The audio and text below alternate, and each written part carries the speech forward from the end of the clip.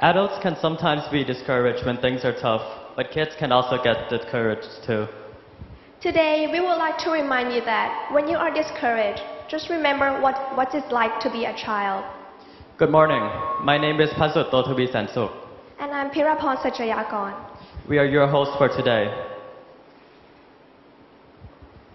Our first speaker, Mymai Yuan, at 17 years old, half Thai, quarter Taiwanese, and quarter Chinese, a student at New International School of Thailand.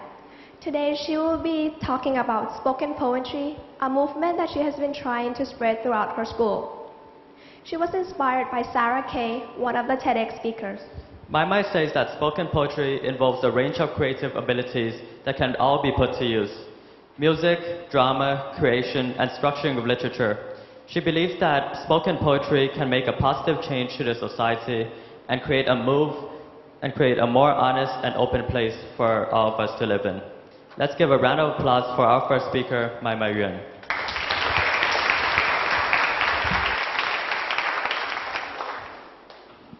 Hi everyone, thank you for the introduction. It's really great to be here. I'd like to begin just by telling you all that on some lazy Sunday mornings, I'll actually lie in bed and watch a couple of TED Talks. My father, my dad, he's a big fan of TED Talks and has actually compiled a list of his favorites. And it was through this means that I first watched a talk by Sarah Kay. Her talk showed me something special that early on I had never been exposed to, and that special something is the reason why I am here today. That special something is spoken poetry.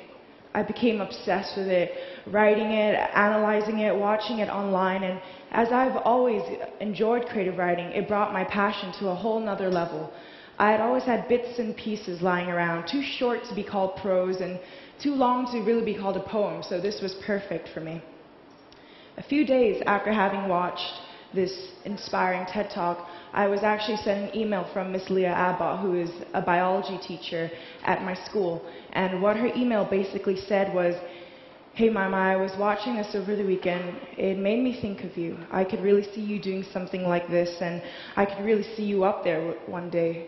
So with those amazing words of encouragement, I got cracking. I introduced this to my creative writing club, a group that I'm founder of at my school, and it was perfect for my first ever exploration of spoken poetry.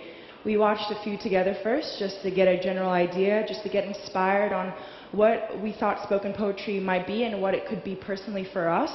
And then we all scattered off throughout the school in our little creative bubbles, and I designated a little over 20 minutes for everyone to scramble and write something down and then come back and share it.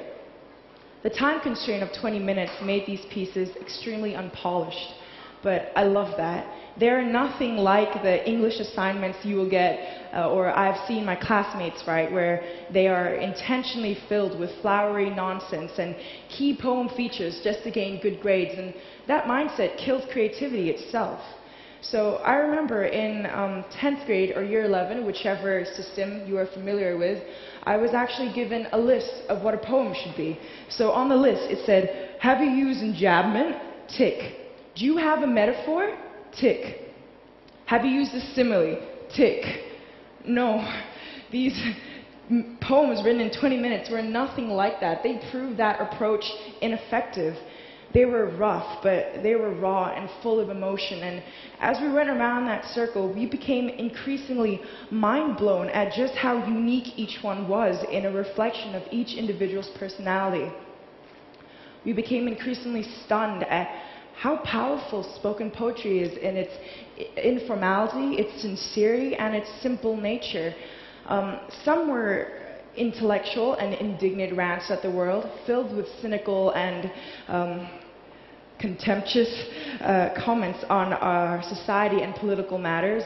Some were extremely funny, some made no sense, and those were provocative because they try to make you make sense out of nonsense. And one of them was a rap. Mr. Dunbar up there, he is an English teacher at my school who has been extremely supportive in both the running of the Creative Writing Club and the spreading of the spoken poetry movement. And he responded to my joking, I repeat, my joking remark of his being old with a spoken poetry piece. that had a very interesting and new perspective. And what this piece was saying is that every single one of us in this room, every single second of our lives, every single day, what we're all trying to do is to master and perfect the art of aging. And that the youth are jealous of the old because they have not perfected and mastered the art of aging as the old have. So that was a really interesting perspective to something that I think society has placed quite unnecessary negative connotations on. And I think that as a young person myself, I can say that people have a misconception towards poetry, especially the youthful group.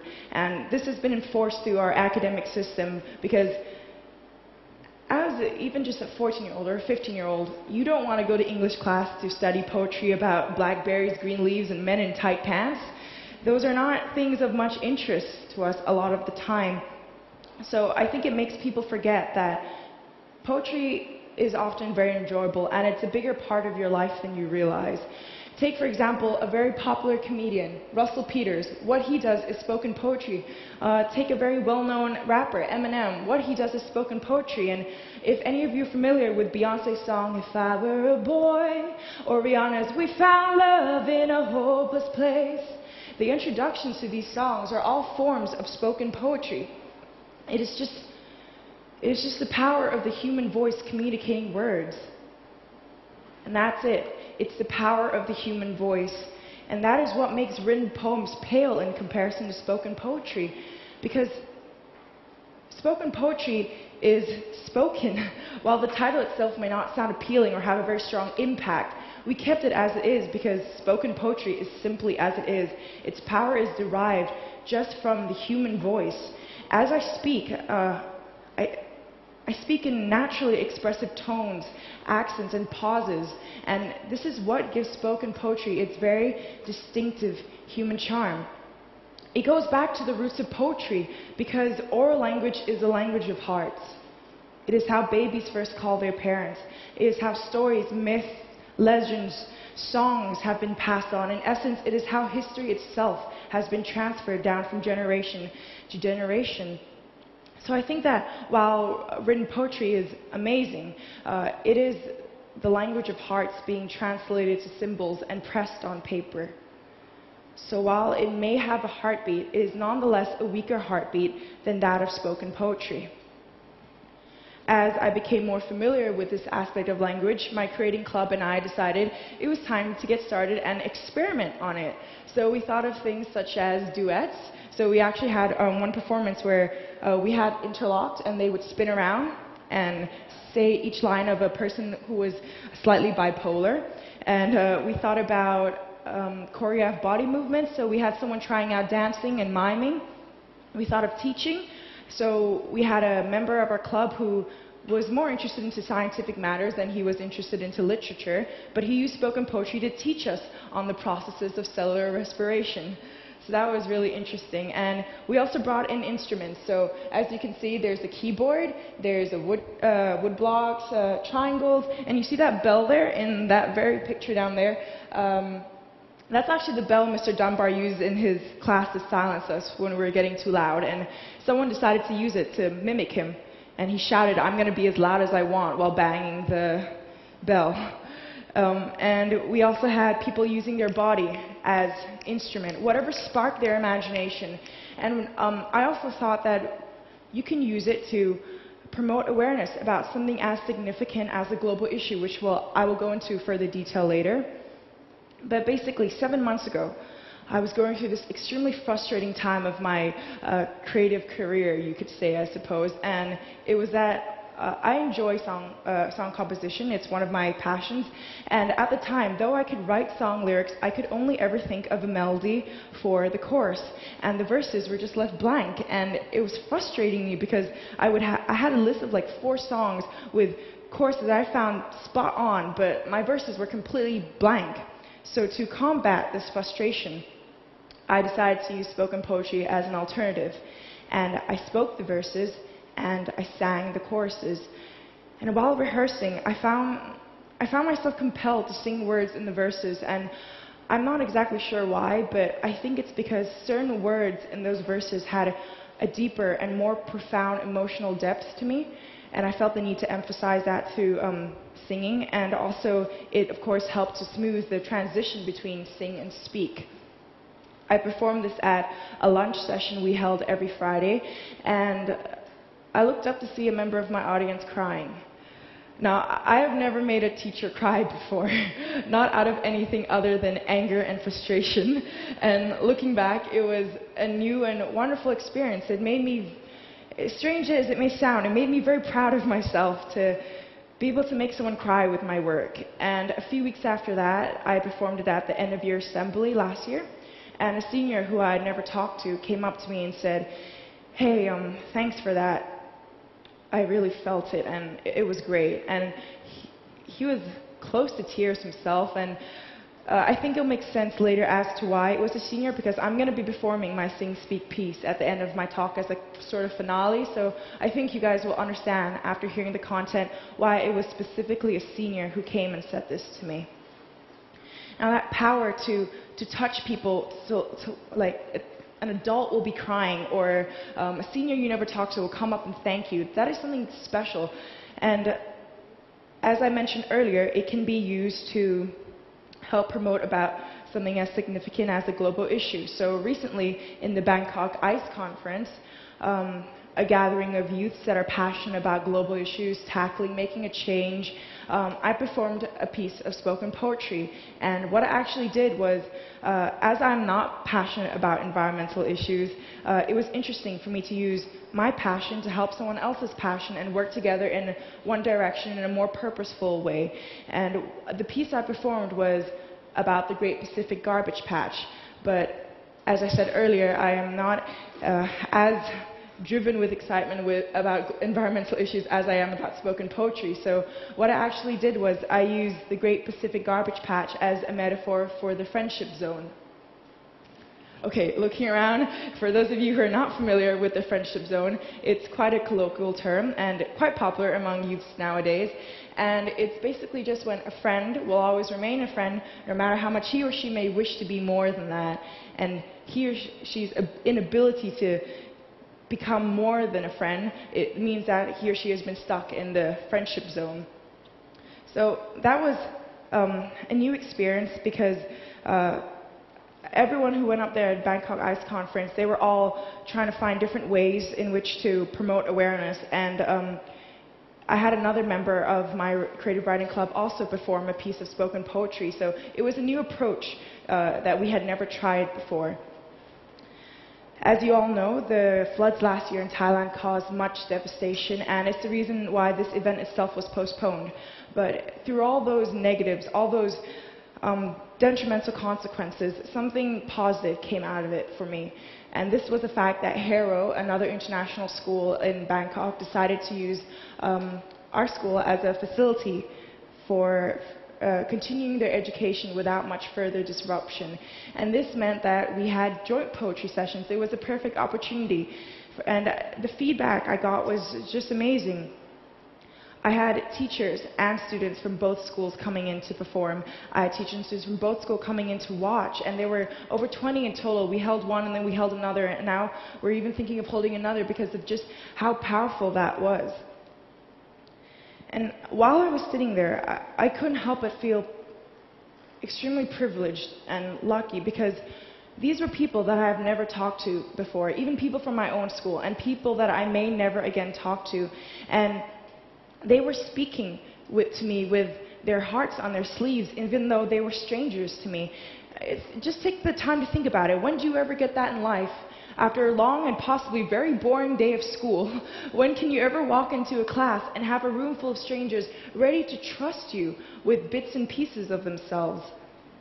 And it's that sense of trust, it's that sense of community that happens when you put yourself out here in the spotlight into a situation full of risk and you begin to express yourself.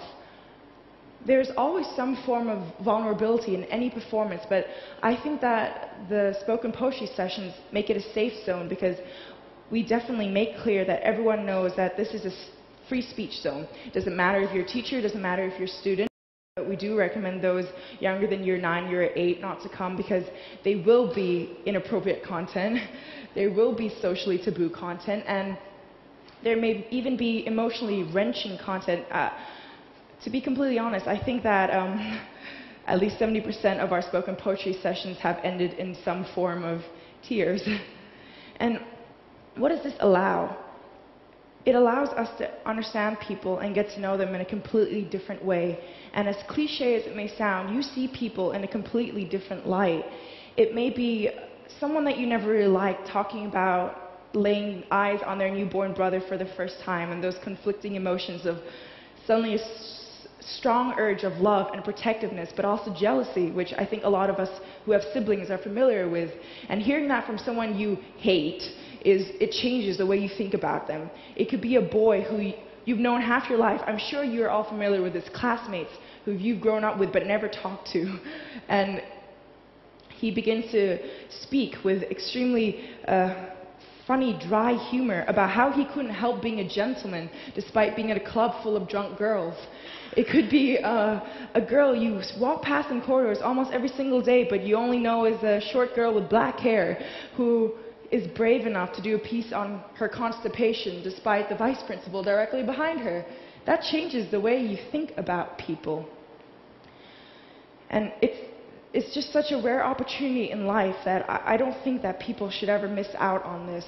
And so I have this belief that persists despite it may sound flowery or naive or childish, but I truly believe that if more people became involved in spoken poetry, that we might miss less and we might see more.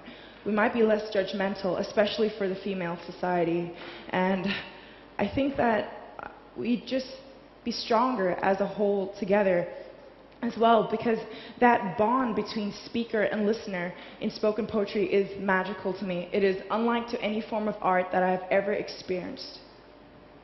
So to end this, I'd like to perform the sing-speak piece that I was talking about earlier. And just to remind once again, I hope you guys will also understand why it was specifically a senior who said this to me. You're all my favorite things rolled into one more.